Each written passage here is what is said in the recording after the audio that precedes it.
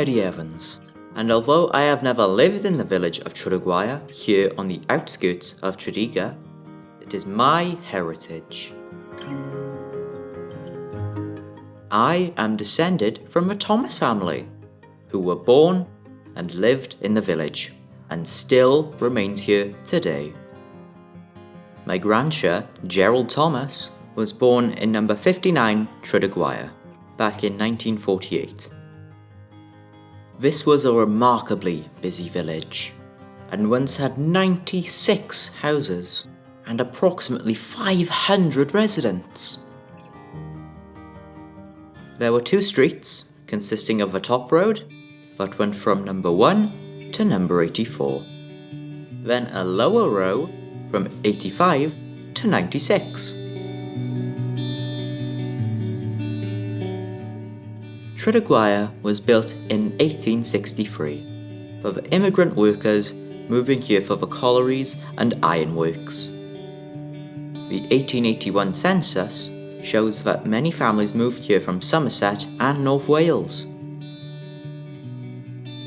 The village was originally called Himalaya Range during its construction, probably because the Himalayas were very on topic in the 1860s, with many photographs being in the news. There are 12 remaining, and I'm lucky enough that my family still lives in 4 of those houses. There are just 16 residents left today.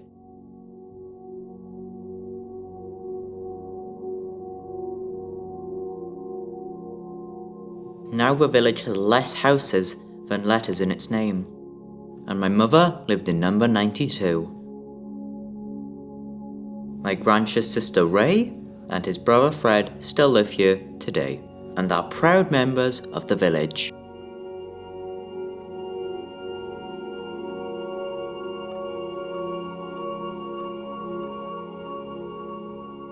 The thriving village had everything it needed. Villagers only really needed to leave to go to the collieries or ironworks. There was a primary school for all the under 14s and a very popular pub for anybody over 14.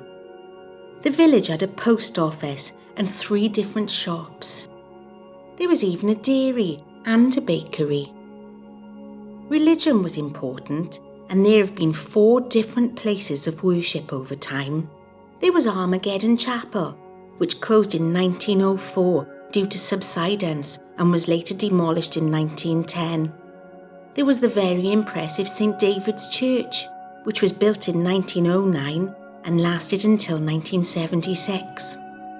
Bethania Chapel was at the bottom of the town road, and also Primitive Chapel from 1880 to 1919, when it was demolished to make way for the Workmen's Institute and Library. The Institute was a hive of activity. It had a snooker room and library. The daily newspapers would be displayed there for the villagers.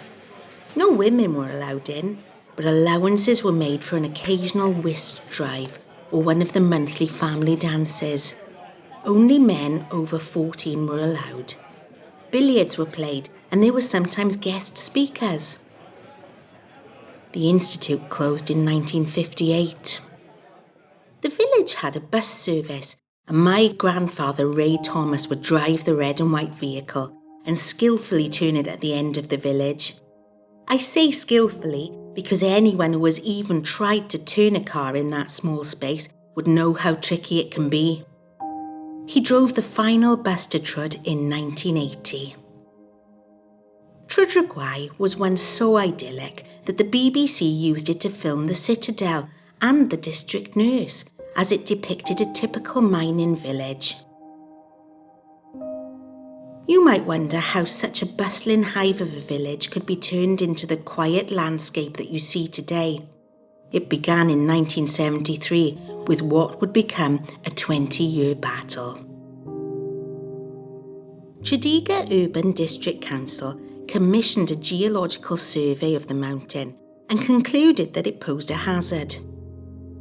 Studies found that it was moving, and it was feared that a heavy rainfall could trigger a devastating landslip, which would engulf the village. With the cost of securing the mountain estimated at £400,000, the council decided to move families out. By the mid-80s, only 12 families remained, and the other properties were left empty. In 1986, the families left were determined to stay. The council issued them with compulsory purchase orders, but they fought on and an inquiry was launched.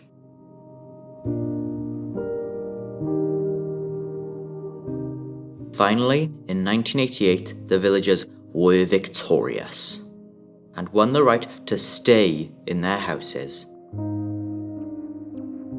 Eventually, the empty houses were demolished and were all gone by 1993, leaving this historic village looking more like what we see today.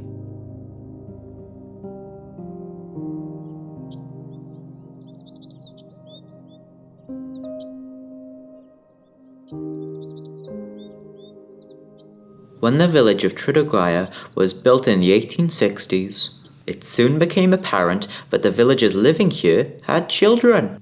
And not just a few children, there were lots of them.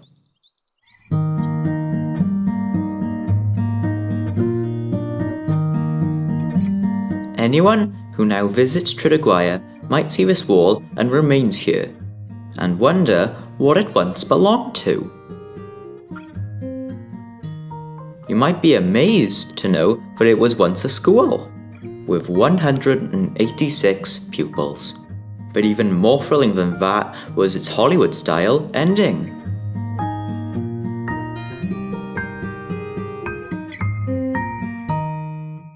From the late 1870s, houses 13 and 14 were used as the school, and basic lessons were provided for by the church, although it was mainly boys who attended. In 1880, Parliament introduced the Education Act, which meant that it was compulsory for all children up to the age of 10 to attend school. It obviously couldn't be made compulsory immediately, since there wasn't a school building to attend, but by 1885, Trud School was ready to open its doors to the pupils. Originally, boys and girls had separate classes and separate recreational yards, although that did change in later years. The headmistress was said to be a Miss Mary Phillips, and members of the Mason family that ran the local pub were employed as teaching staff. The school successfully ran for infants and juniors, but by the 1970s it was in quite a poor state of repair. There had never been any heating, and a lady used to go to the school every morning and light the fires before the children arrived. So it was in the summer of 1973 that the school closed for the holidays, but never actually reopened. All the children were sent to nearby Georgetown School, which had much better facilities. But no one knew that the school's biggest adventure was yet to come. The school stood empty for a decade until 1983, when location scouts from the BBC discovered Troedrhiwgwair and thought that it epitomised a typical Welsh mining village, so decided to use it to film the A.J. Cronin adaptation of The Citadel.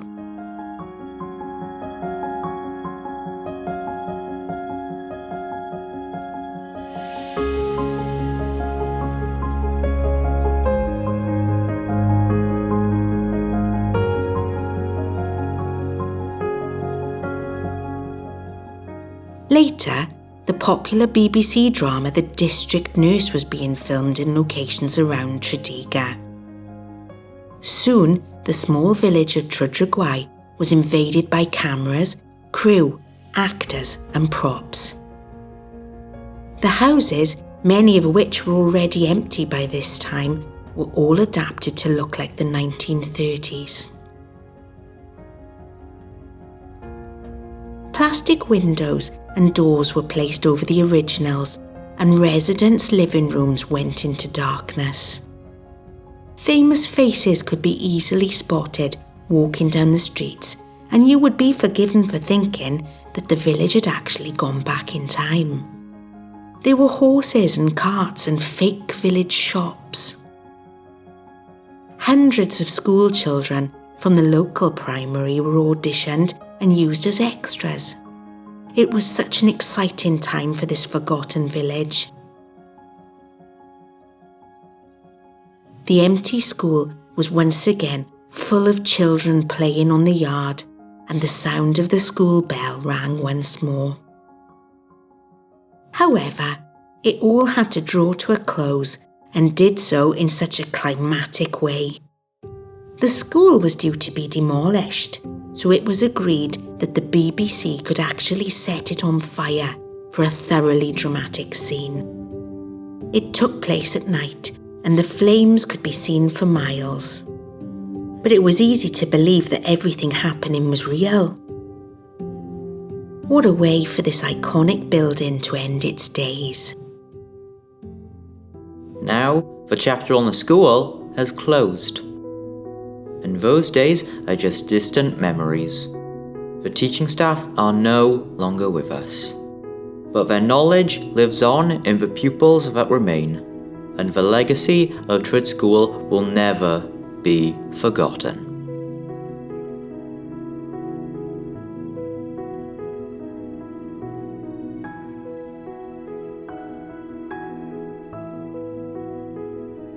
This is one of the oldest buildings in Tredegar. It was built in the early 1700s, making it approximately 300 years old. I've only ever known it as a derelict old farmhouse, gated off and lifeless.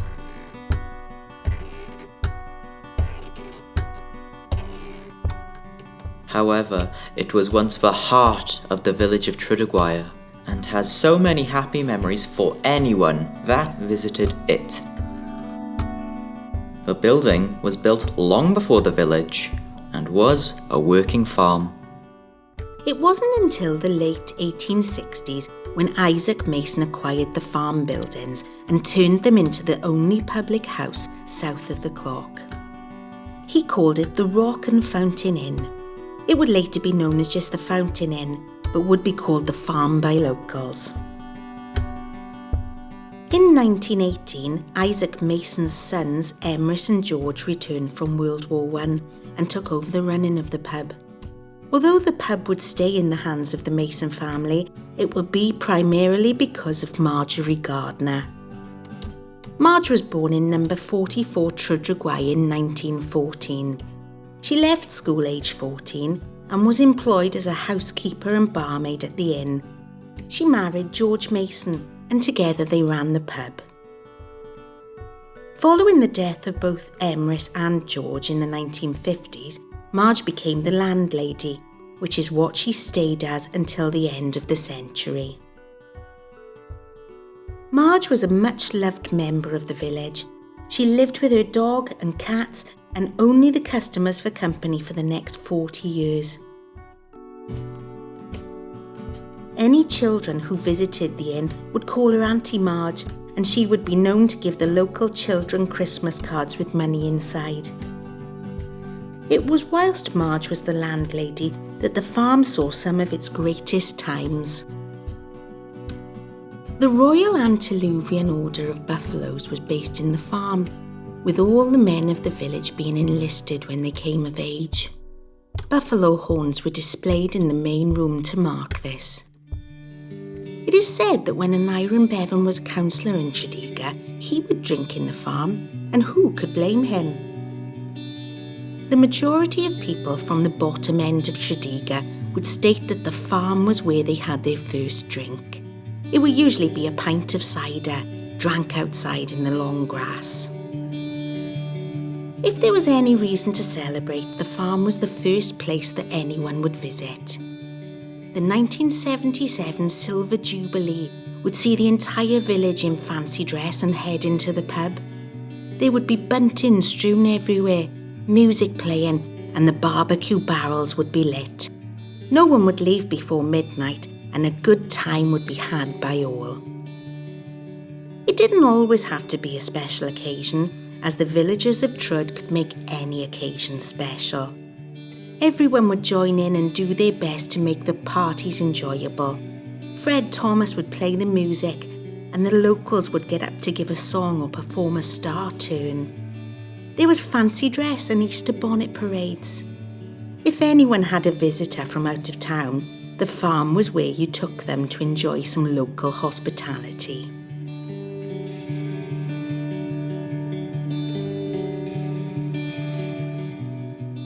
As Marge started to grow older, she was helped with the difficult task of running the pub by my auntie and uncle Ray and Clive Davis. They would contribute to the good times with the legendary duck races down the river, and there was a huge VE celebration day where once again the bunting was strewn and the barbecues were lit. The farm was where you came in the summer. Families knew that their children were safe playing outside in the backfield and would send them off with a glass of lemonade and a packet of crisps. If you were lucky, you even got a pickled egg. The outdoor toilets never put anybody off. The ladies was situated out the back and was lucky enough to boast a door and a roof. The gents wasn't quite as luxurious and consisted of 2 outside walls with guttering that were hosed down occasionally. All this just seemed to contribute to the unique night out that you would have at the farm. In the 1990s, Marge was in her 80s and could no longer stay safely in the farmhouse. She went into a retirement home and the pub was left in the capable hands of Ray and Clive. Marge sadly passed away in the year 2000, and tragically the pub closed after almost 140 years. Despite being a Grade 2 listed building, the Fountain Inn has sadly deteriorated over the last 20 years. Who knows what the future holds for this iconic building, but hopefully it will live on to have many more happy tales to tell. Village is now but a handful of houses. The voices of children in the bustling school and songs being sung in the chapels are now silent. But the people of Troedrhiwgwair carved out a unique history, and their story lives on today.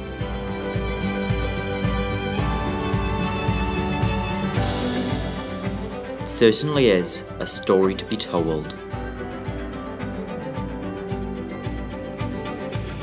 So even though I don't live in Troed, it's in my veins, and most importantly, in my heart. I'm proud to call myself a Troed boy, just like my granch.